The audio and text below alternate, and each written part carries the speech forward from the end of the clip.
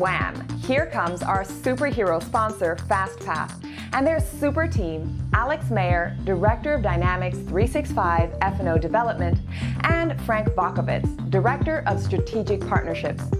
Today, these two will be saving the day with their session: Security Admin, Finance Controls, Licensing and Compliance. Stick around after for a live Q&A with these real-life F&O heroes.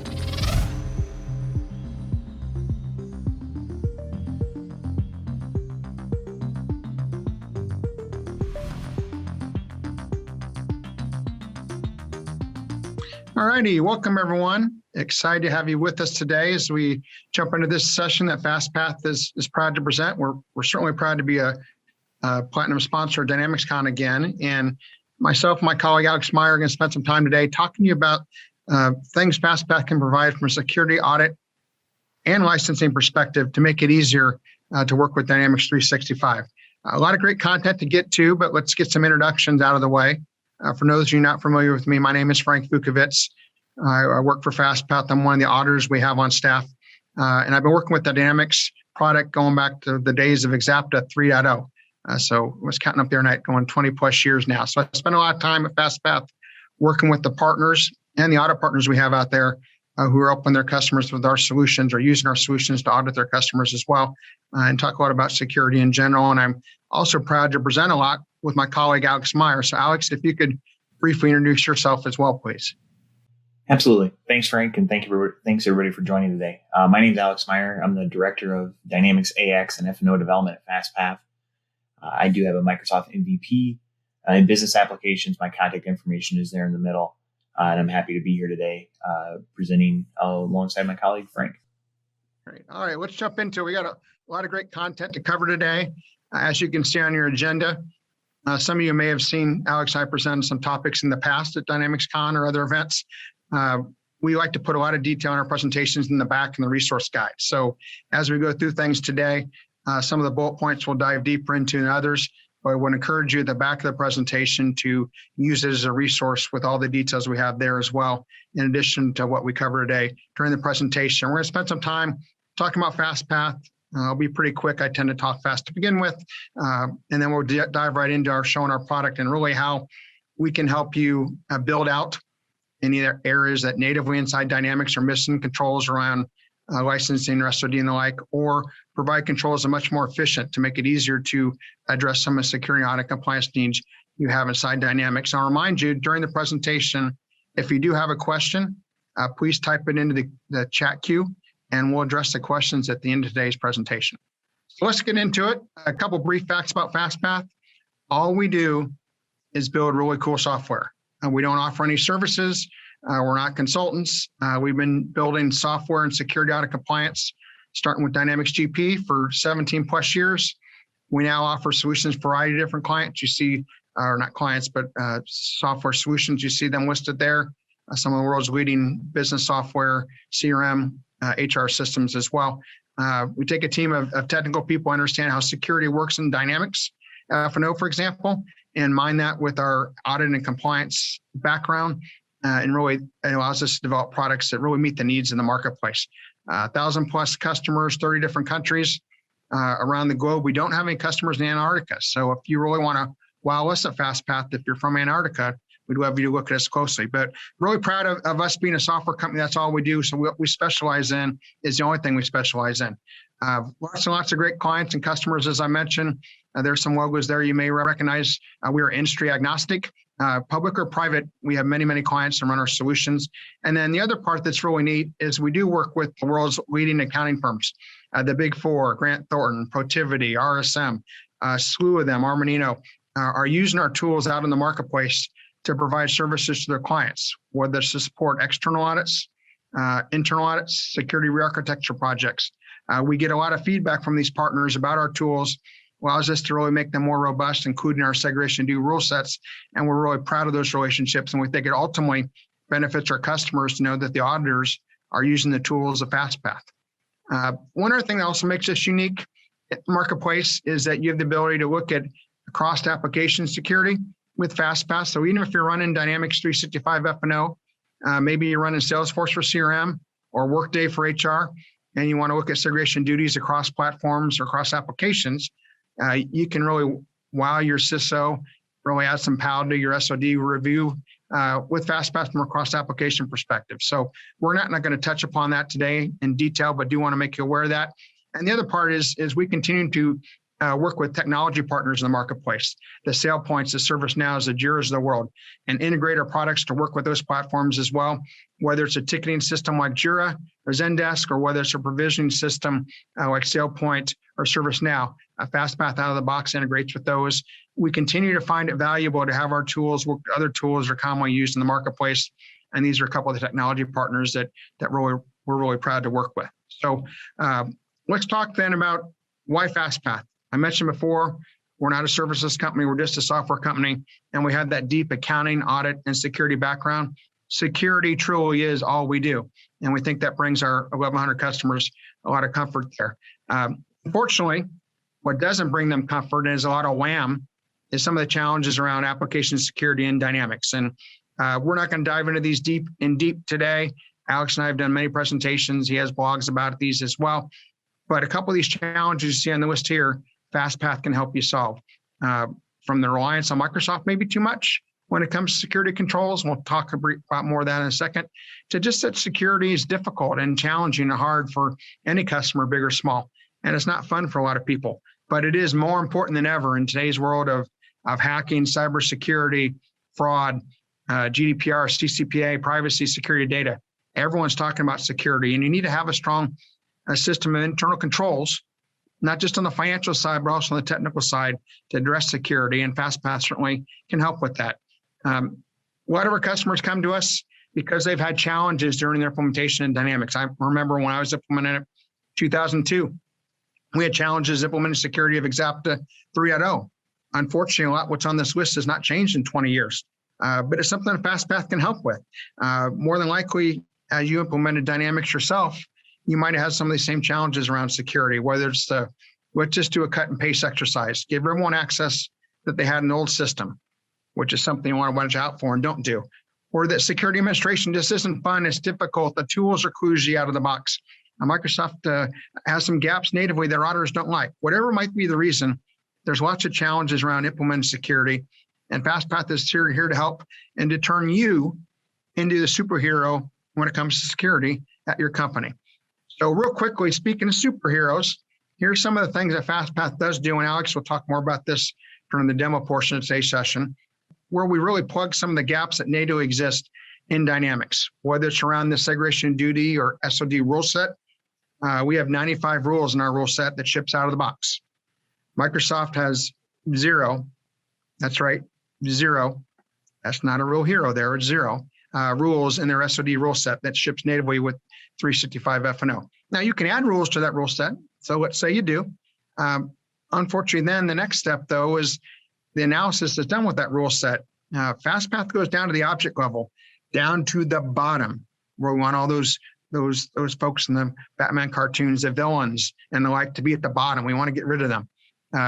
Fastpath goes to the object level. Unfortunately, Dynamics natively looks at SOD at the duty level, which is the highest level you can look at in security architecture. Not the best idea because you have false positives, false negatives. So there's lots of other things that we do to fill those security gaps inside Dynamics. You see them listed on the screen there, but I just want to highlight a couple of those, and we'll jump more into that as we get into the second half of today's presentation. But know that we close the security gaps that do natively exist in F&O. The thing we want to highlight though today too is security changes impact licensing, and licensing impact dollars. Hopefully you know that any change you make to security could impact the license and what you owe Microsoft from a subscription perspective. You pay an annual amount on your F&O subscription to Microsoft. You're licensed to use the tool for these types of users and the like. When you make changes to the users and the type of security they have, that could impact the dollars from a licensing perspective. And we have many clients that have used the Fastpath solution for many different reasons, but when they just run our licensing reports, I'll show you, they would identify 6 figures of licensing dollars that they've over provisioned compared to their annual subscription. That if Microsoft were to be knocking on their door, they would not have a cape on because they'd have to give that cape to Microsoft along with a couple $100,000 perhaps to pay for the licensing they're oversubscribed for. So we like to think that while licensing is a challenging exercise for all, you want to have a good way to manage the dollars behind your licensing. And Fastpath has simple reports to really truly see have we provisioned security that matches with what we're paying license-wise in our subscription. So we'll touch upon that here more in a little bit. Bottom line is we have 4 modules available for F&O in the Fastpath Assure platform. That's a SaaS-based solution that runs on Microsoft Azure. You see them listed there. I'm going to briefly cover what each of these modules does from a high level, and then Alex is going to highlight some of that specifically in the demo part here in a second. First off is our newest module, Security Designer. It was designed, not a real clever title there, but it was designed to make administering security easier. The other 3 modules we have a very strong financial controls feel. What are the controls you might need to have if you're a publicly traded company? Worry about Sarbanes-Oxley here in the States, for example. What are the controls you might need to have in place that your auditors are asking about? The Security Designer was designed to make it easier to manage security in Dynamics, a better user interface, a way to simulate your production changes, your changes to security before you move to them in production, a way to upload task recordings to check to see what security you currently have in place. Lots of cool functionality, just make it easier to manage security and in a UI that's easy to use. A really neat tool, and we're going to lead with that in the demo portion here in a second. The segregation duty and access reviews module, I touched upon a little bit about that earlier. This is allowing you to see who has access to what. Also look to see if you've created users and assign roles and the like to them that have segregation duty conflicts in that. That's something you don't want to do. It also has access certification functionality, so you can schedule reviews of who has access to what on a quarterly basis. All the Fastpath solutions have reports you can schedule and sign off on from a review perspective, and we'll cover that. But certainly lots of folks out there want to review SOD and want to review user access, but it's a manual exercise. Maybe spreadsheets, maybe it's emails, maybe it's paper that you have to look over. Fastpath solves that from an automation perspective and has all that information pulled from the right sources inside Dynamics. So you know you truly are looking at the right data, who has access to what, and what are they doing with that access. Our third module, the audit trail module, pretty simple. Tracking changes to critical data inside Dynamics. Does not use the database log. It's separate from that, does not impact the performance on your system running in the cloud on Microsoft Azure, but allows you to track those changes to configurations and settings and parameters, vendor changes, bank account changes, and what have you. It pre-ships with 30 different audit templates you can use out of the box to track those changes in a nice, tidy way. And it means you don't have to use the database log, which was a tool developed by Microsoft 20 plus years ago for debugging, not for really logging changes to data. A lot of people try to use it that way, and then ultimately impacts their performance. And finally, the last module we'll hope we have time to get to is our Identity Manager module. Think of it as a tool to make it easier to set up new users or modify existing users' access to Dynamics, automated workflows with assignment of and approvals of who are the supervisors that should be signed off on those approval requests. It also has functionality for handling emergency access requests when you need to give someone elevated privileges such as sysadmin for a period of time. You give them that Superman cape, but you need to pull that cape away from them at some point. You should track that. And we have that inside our Identity Manager module. And then also it actually works with Active Directory as well. And we'll touch upon that as well. So those are the four modules we have. All in all, superheroes to action. And here comes a real superhero. My colleague, Alex Meyer, is going to walk us through those 4 modules. So Alex, we're going to start off with Security Designer on the far right. Then we'll jump to SOD, Audit Trail, and Identity Manager. So I will stop sharing my screen, Alex, and let you go ahead and get started with things there. And like Frank mentioned, we'll be walking through the Fastpath tool today. First and foremost, something to keep in mind is that the Fastpath tool is a cloud SaaS-based solution. It's going to sit outside of any ERP or CRM solution you integrate with, and then we create connection points in those individual systems. So, for example, in this case, we're connected to an F&O environment, but if you were using this for another ERP or CRM system, the look and feel of the tool would be exactly the same. On the left-hand side, we have the navigation broken out by the different modules that Frank mentioned.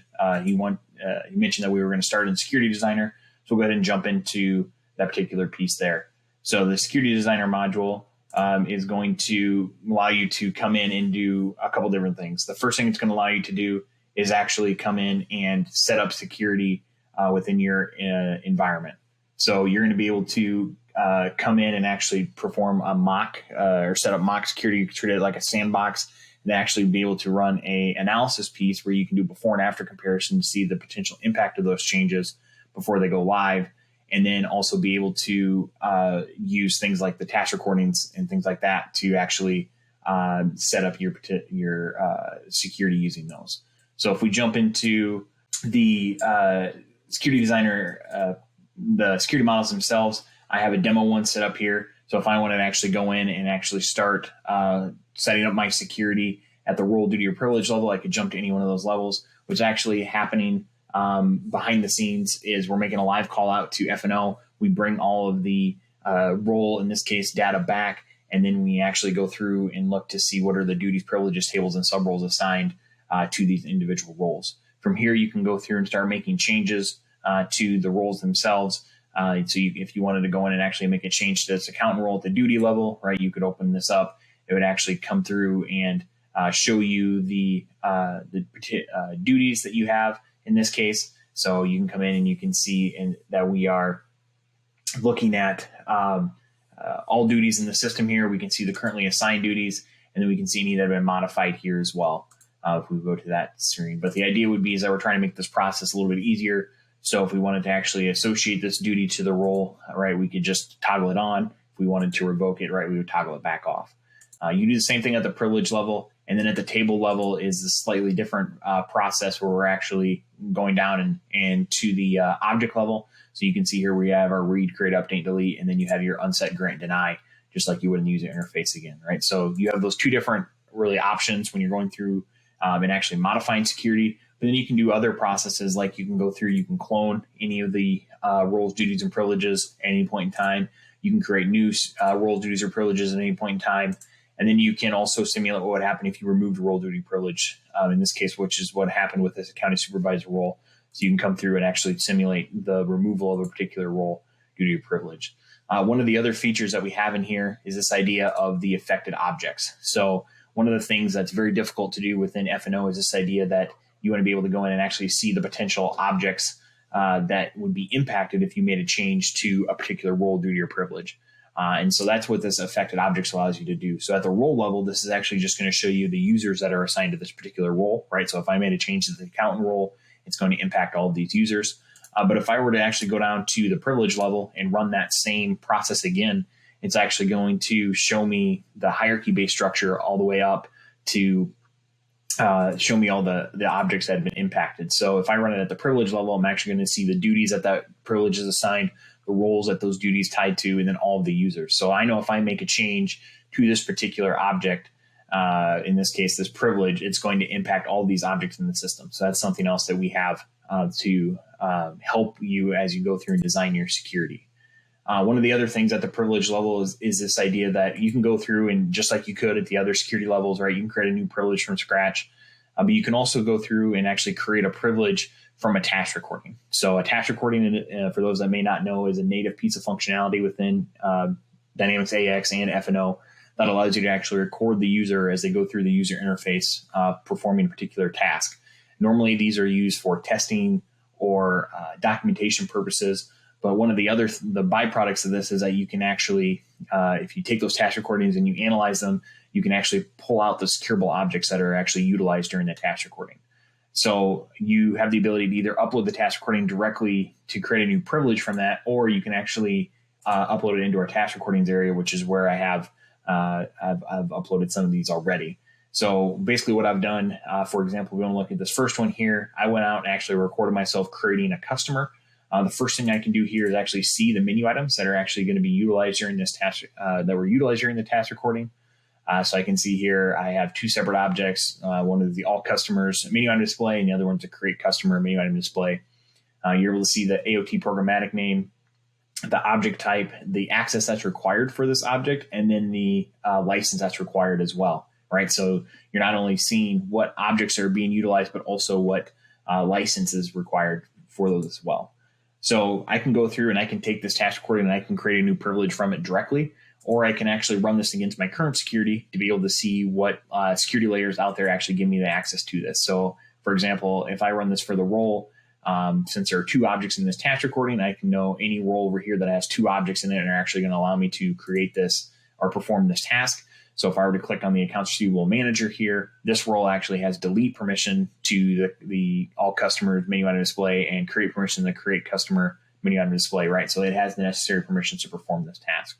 But this FP create customer role that is a customer role that I created doesn't have the create permission to the cust table list page, and so therefore would not be able to go out and actually create a customer or perform this task recording, right? So you can either utilize these task recordings to create new security at the privilege level, or you can run it against your current security and be able to see which roles, duties, and privileges give you that particular access to that task recording as well. So jumping back really quick to the security models, the final piece that I mentioned is this idea that you can do this before and after comparison or the analysis piece. And so that's what this run analysis button allows you to do. It would basically take all the changes that you've made to the security model and run them against your current security to see where the impact of those changes are. So I've actually ran this prior to the demo here today.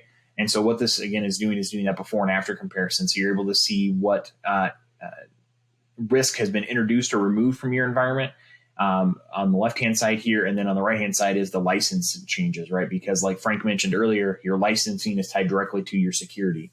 So making a change to security can absolutely impact the licensing required.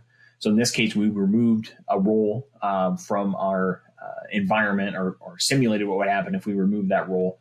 And so you can see here that we're removing some role and user conflicts from our environment, right? Because of removing that role. In this case, the only impact we're making to our licensing here is that we're removing the operations license role. In this case, that role that we're revoking, right? But you're getting this insight before you actually publish these changes to go live. And so that's one of the other benefits of the Security Designer module. And then the final piece to this is that once you do go through and run the analysis, you can actually publish these changes out from Fastpath into F&O. So keep in mind that all of your security changes up until this point were done within Fastpath and actually are stored within Fastpath until you actually publish them out, and then they become live security within F&O. Good stuff there again. And it's a user interface that's much easier to use than natively what's there.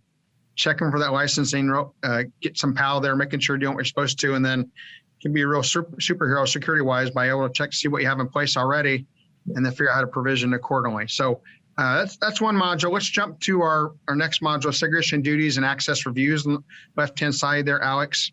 For those who are not familiar with the concept of segregation duties, it's pretty simple. You don't want to give a user access to a function, if you will, in their job role that allows them to do something that conflicts with a function they might have as well. So the normal example is don't allow someone to create vendors in Dynamics, also the way to process payments to vendors in Dynamics. So that would be a segregation due conflict. So we mentioned before, natively, how we address this at the object level with the rule set out of the box. So Alex is going to start with our conflict listing, which is the rule set here. Briefly walk you through that, how you can modify if you want to, and then he's going to run some reports at the user and role access level to show you the output from running SOD analysis at the object level with the Fastpath rule set. Yeah, absolutely. So like Frank mentioned, we like to start at the conflict listing. And this is, again, the rule set that's provided by Fastpath out of the box. Again, you have 95 rules from Fastpath, and then you can customize the rule set to fit your particular business needs, right? So you can add to this list, you can remove from it, you can modify any piece to it.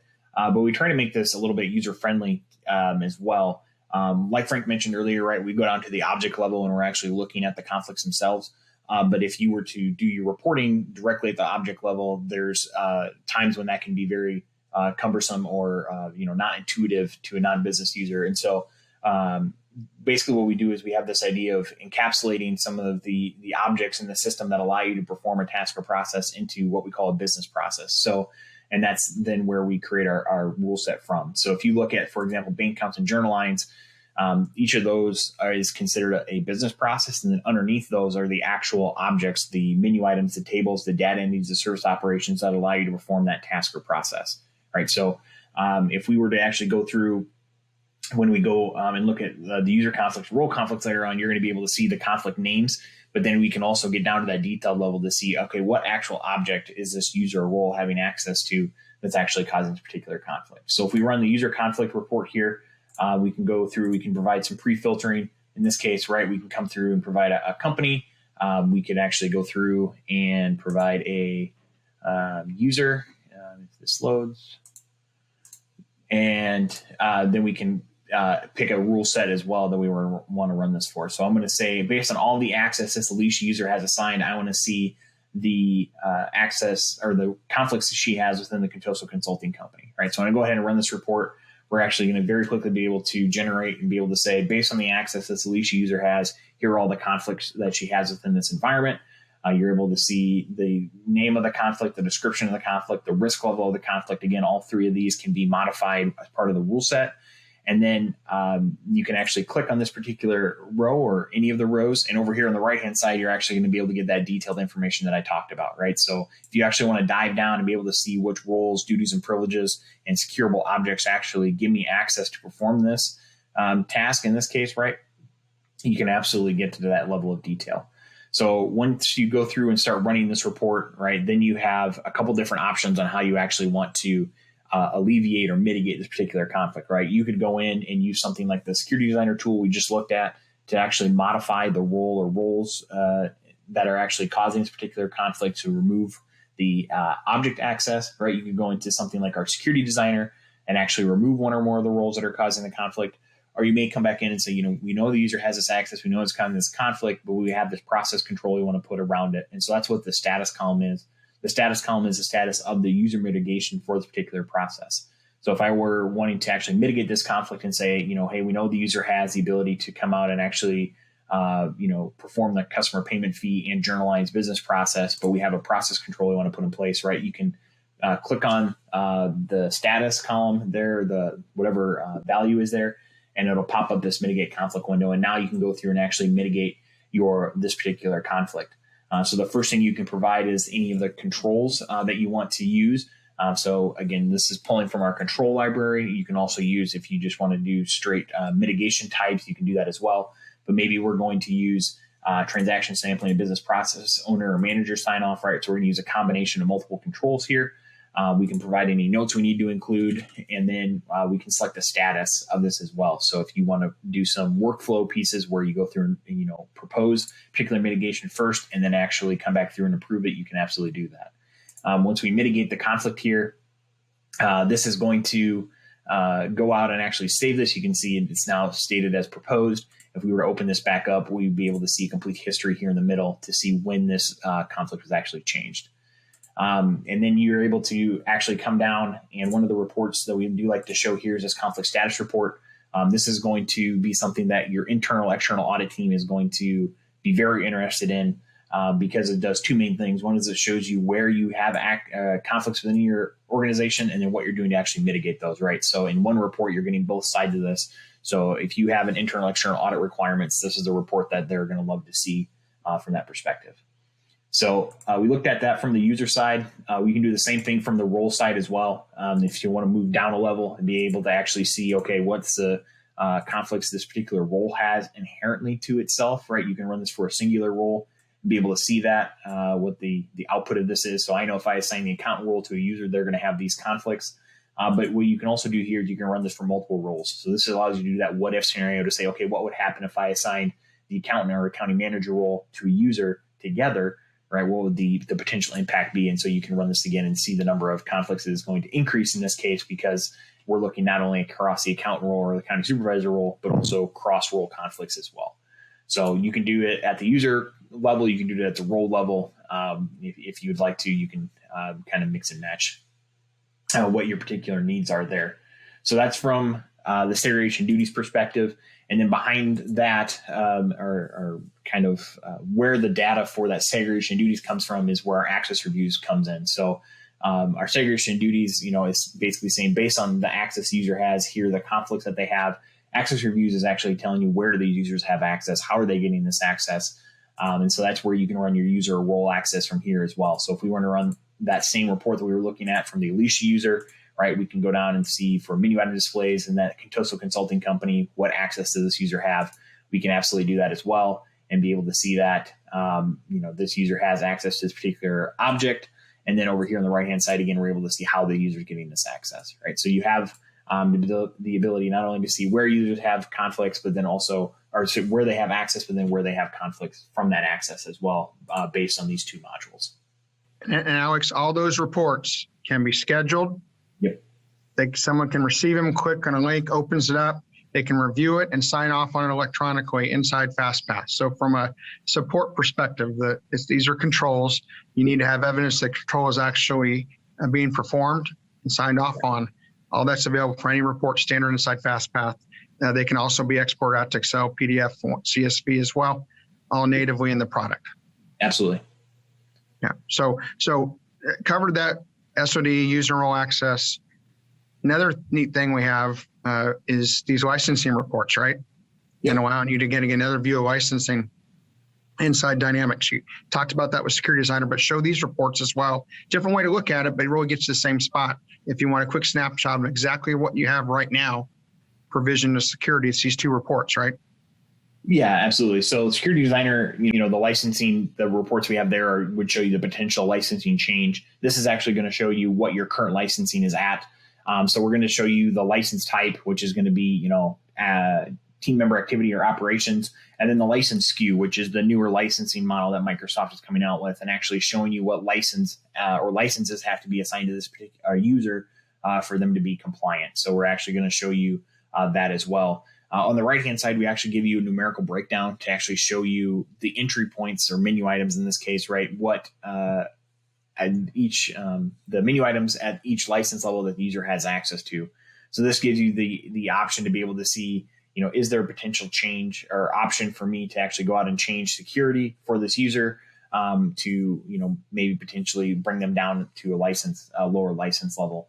And so you may have noticed that we do have licensing reports at the user role, duty, and privilege level, and then we also have detailed reports. So if you actually want to go out and see what objects are actually causing a particular user to require a particular license, right, you can absolutely do that and get down to that level of granularity to see that.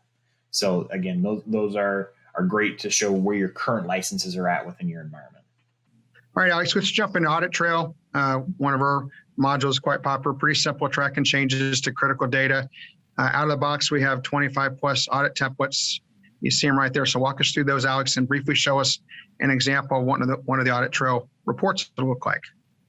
Yeah, so the Audit Trail, again, is tracking your changes within the system. So now that we know where users have access, what conflicts they have, right, we want to see what they're actually doing. We have these tracking templates that are just combinations of tables and fields in the environment that actually of data you want to track. We have these out of the box ones to help you get started, right? So you may not know, for example, what table and field you want to track to track address changes, right? But you need to track changes to addresses, right? So you can enable these tracking templates that we have out of the box. And then you can also create your own, customized tracking templates as well. So if you want to track a custom table and field or just extend the ones that we have out of the box, you can absolutely do that. So once you get that set up and actually start tracking the data for our the Audit Trail piece here is going to live within your F&O environment, right? And so we're making a live call into F&O to actually get this particular data. So this is a slight change from things like our segregation duties and access reviews, where that's built on top of a security import, right? Our Audit Trail is actually making a live call and querying this live data. So the Audit Trail data never lives within Fastpath. But the data you're going to get here is going to be showing you, when the change occurred, the table and column that the change occurred on, the event type, so insert, update, or delete, a description of the change. So it's going to give you just more information about the change itself, and then the new value, who modified it, and the company that they modified it in, right? So in this case, we can see that the Alicia user went out and modified your project's dimension table, right? She updated it, and so you can actually see the dimensions that she updated in this case. From the department and the business units values, right? So you can see those old and new values from in this case, right? So we give you the data changes is going to be the base view. And then you also have a whole bunch of other reports that we have around other areas in the system around master data and other areas that we get feedback from our customers and audit partners on. And then you can create your own reports as well. So the idea of it is that, you're just tracking those old and new value changes or any changes that occur within your environment for the user. And again, it's not tied to the database log at all in Dynamics. Doesn't affect your performance. Separate tool developed to really make it a better way to track changes to data and be able to report on it. More importantly. Absolutely. Yeah. Great. All right, let's bring it home then. Final of the 4 modules that are superheroes or can be superheroes for your company is our identity manager tool. Alex, briefly walk us through how that works from a provisioning perspective. Right. So for Identity Manager, right, this is that compliant user provisioning. There's really 2 sides to Identity Manager. There's a request side and the approval side. The request side is where you go out and actually request that a change to a user occur. And then the approval side is where that request is either approved or denied by at least one other user. So from the request side, you can come out, you can create new users, you can modify user or terminate a user. We'll walk through what a modify request looks like quickly. So you can actually come out and search for a user within your system, right? And then what this is actually doing behind the scenes now is going on and determining what applications this user has access to. Because we're in an F&O environment, and that's the only ERP that we have within this Fastpath environment, right? You're only going to see the F&O piece here. But if you have other ERPs or CRM solutions and you want to use Identity Manager as your one true source identity management across those modules, you can absolutely do that. Because we only have F&O, it's going to immediately dump us into the user information screen. So if we want to modify the user itself, we can. But on the next screen is where we can actually start making changes to what the user is assigned. So from a roles perspective, if we wanted to come out and actually modify, maybe this user is not going to be an accounts payable anymore. Maybe she's going to be in budgeting. So she's going to be a budget clerk now instead of in the accounting side.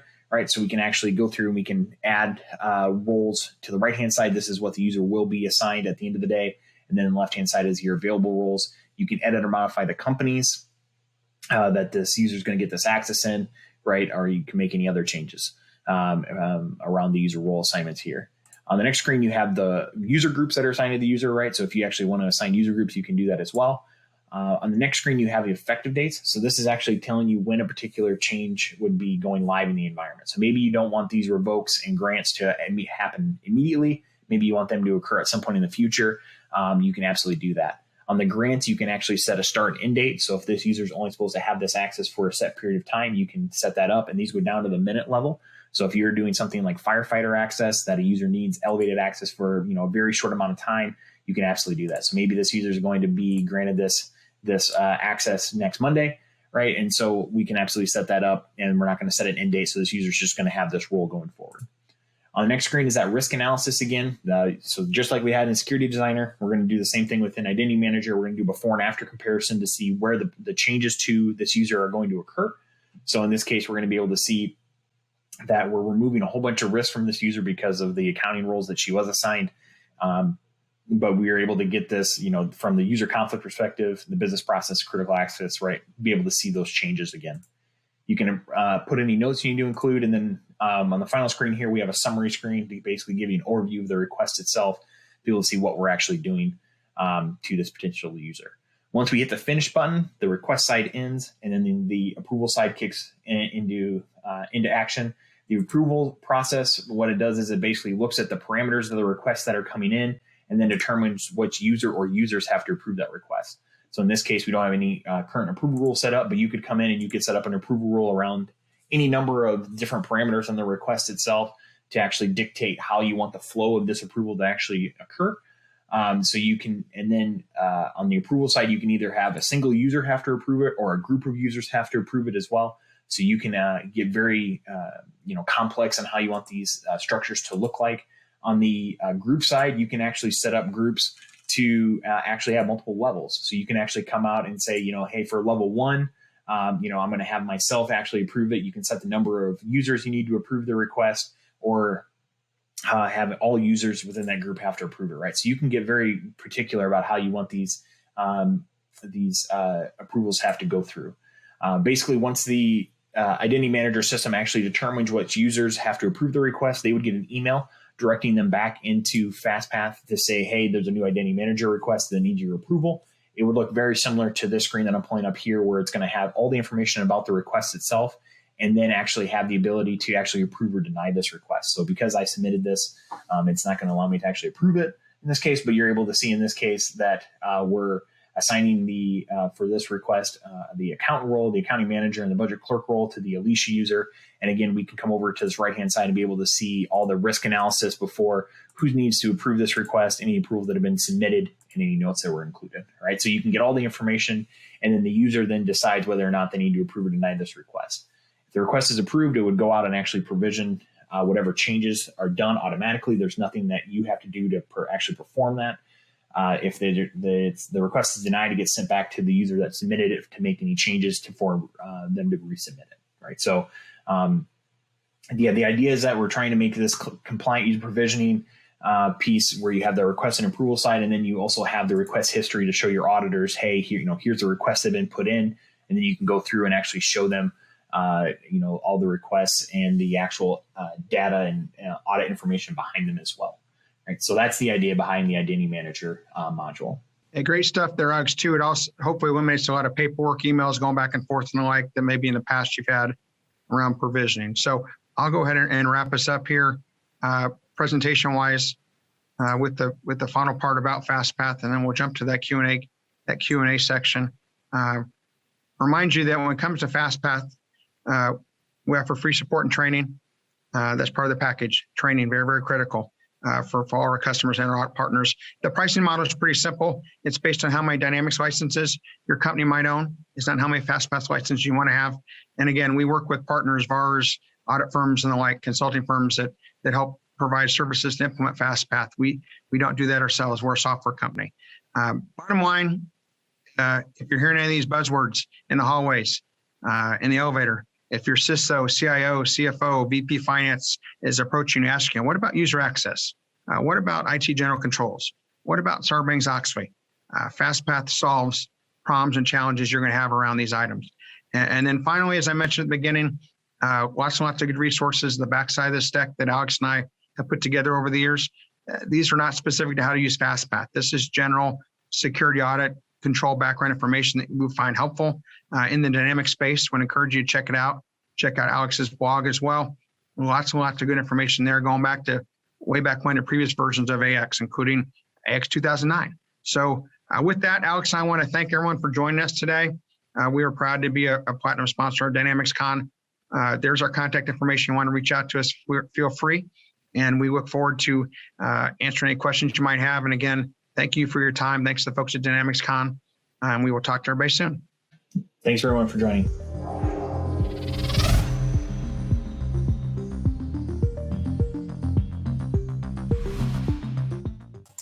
All righty, a lot of good stuff there. We got a few minutes here before we need to move on to the next session. So Alex, I saw a lot of great questions in the queue.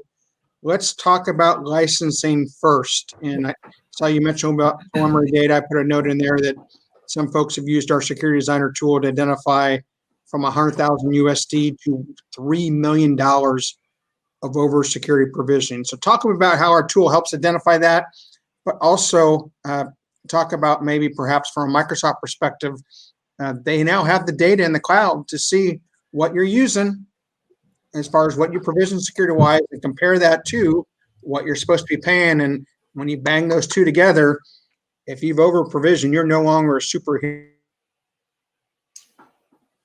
You're just over-provisioned. And if Microsoft comes knocking and wants to do a license audit, too many zeros are not a good thing. So talk about how we can help with that in those reports you showed a little bit, Alex, but why it's such a popular topic and going to continue to be that. Yeah, exactly. So the biggest thing, and you kind of mentioned it, Frank, was the idea that licensing and security are tied together, right? And so if you're making changes to security, you're going to be making changes to licensing as well. So we have two different ways to go about this. The first being that you can look at your current security and in our access reviews module and be able to run licensing reports at a role, duty, or privilege level and user level to be able to see what those licensing requirements are, as well as more detailed reports to see why a particular license is required.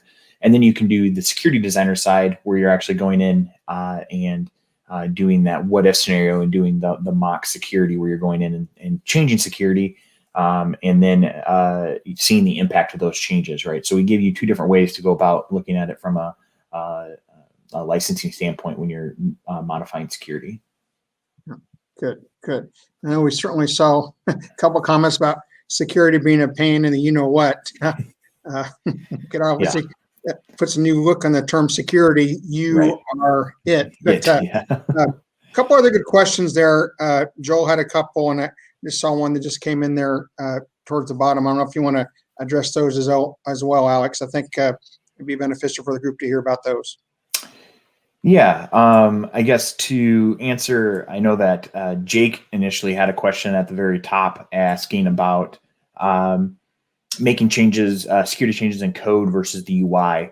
And really my recommendation there, I guess it doesn't matter which way, at a technical level, how you're going to make those changes. The bigger question is going to be what is the easiest way to maintain those going forward, right? Are you going to make changes in the AOT? You're going to make changes in the UI because you want to make sure that you're consistent with that. Now, there are some cases where you can only make those particular changes in a UI or the AOT, but you want to try to be as consistent as possible. So there's not one way that's better or more conducive or Microsoft recommended way to, I guess, to go about it. But you want to make sure that you're consistent from a ALM perspective, right? So you're not doing one-off changes all over the place. I will say that being a developer, I normally do changes in code, but that doesn't mean that that's any better than the UI. The other part that he asked about was moving security roles between environments. And so there's a couple different ways you can go about doing this as well. I mentioned the ALM before. You really want to try to treat your security as if it were code, right? So you want to make sure that you're not going to each environment itself, making the change to security manually, and then moving on to the next environment, because that's not the way you would code, right? If you were making changes from a development perspective. So you want to make sure that all of your security changes are going in at a lower level, your dev level of environment, and then promoting that code change as it goes through the different environments. If you're just making changes or trying to take security to another development environment or moving security at lower tiers, right? You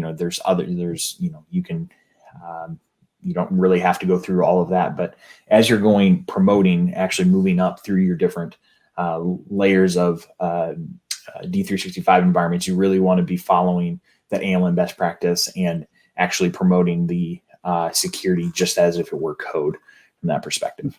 And that consistency is critical. There's a term that came out of GDPR, privacy or security by design. And while that affects just personal data, conceptually, security has become a strategic enabler. It is becoming a superhero to help you in business. And if you aren't doing certain things from a B2B perspective, you may lose business. So that consistency and the idea of security by design, you can't design security, maintain it correctly if you're doing things differently. That consistency is more important than ever.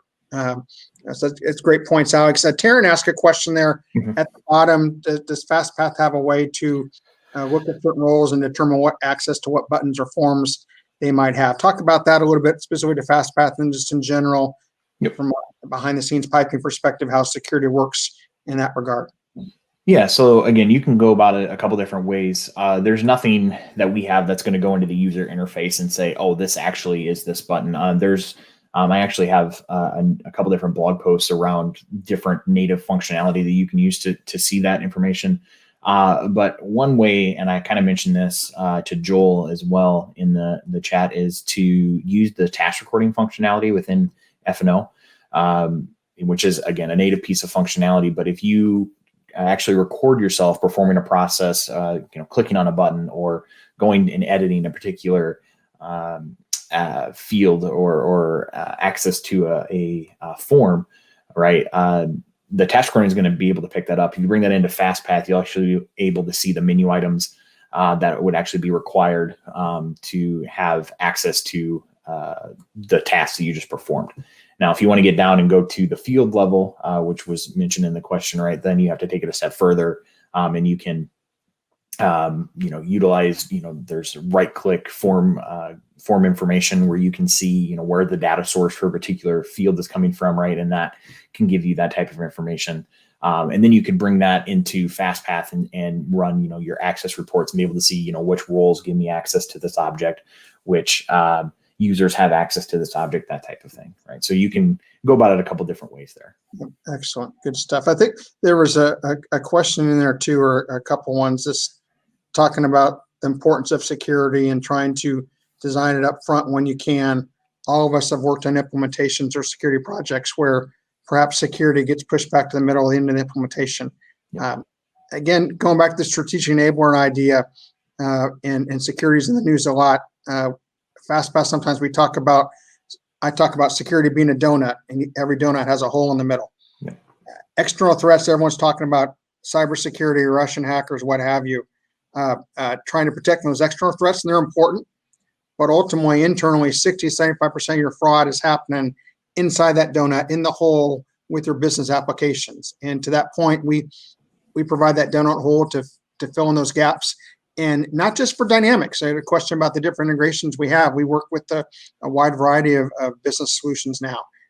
SAP, Oracle, NetSuite, Salesforce, Coupa, Workday. So much more beyond your ERP or accounting systems. However, and Alex and I talk about this a lot in sessions we do, security is only as strong as its weakest link. If your HRM system or HCM system is not as strong security-wise as your accounting system, you can still have cross-pollination or gaps that get exploited.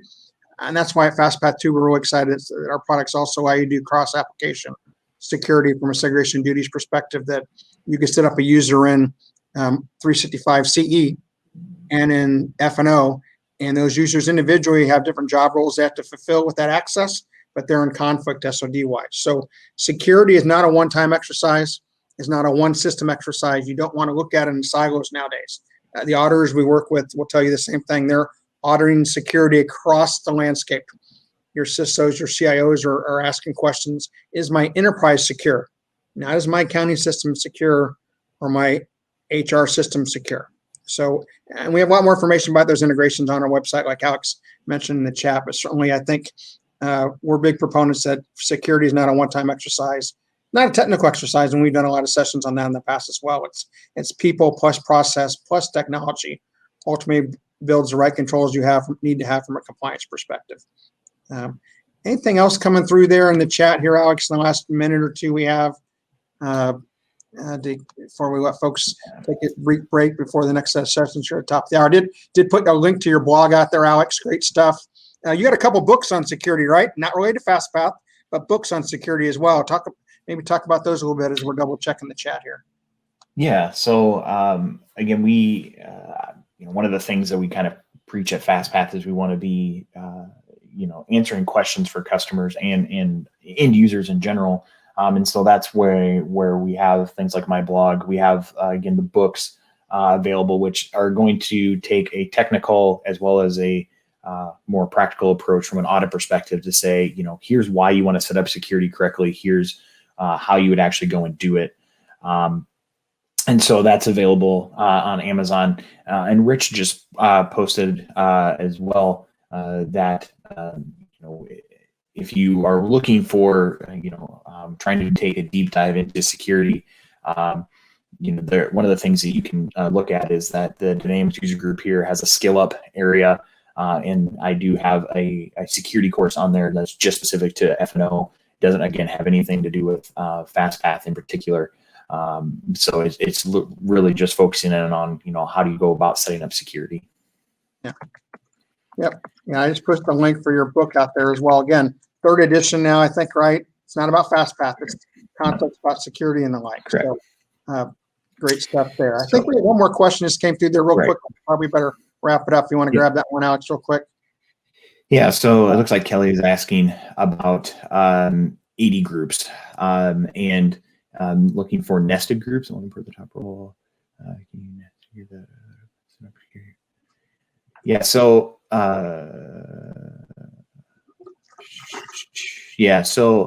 for those that don't know, the question, the background for the question is really that you can set up groups or user groups within Azure AD and use those to actually dictate your security. I actually had somebody else ask a similar question before about nesting groups of security. There's nothing stopping you from doing that. The biggest issue with that is maintainability, because if you start nesting your user groups, it's going to be very difficult to determine what a user actually has access to if you assign that. If a user is a part of a subgroup or the top group, right, and all these other groups underneath it, it's going to be very difficult for it to determine or to report on that, especially if you have audit requirements, because there's no reporting out of F&O. You would be able to get the reporting out of Fastpath, but depending again about how nested those groups are, right, it can still take a very long time to try to unravel that. So while you can do it, I would be very cautious about going that route. I understand that, there's a simplicity of it, of going that route, but because there isn't any native reporting, and because it can be very difficult to unwind that, just be slightly careful on how you go about doing that. Great. Yeah, and that's a good one to wrap up on. We actually have some solutions for Azure Active Directory ourselves as well. But appreciate all those great questions. If you want to learn more about Fastpath, www.gofastpath.com.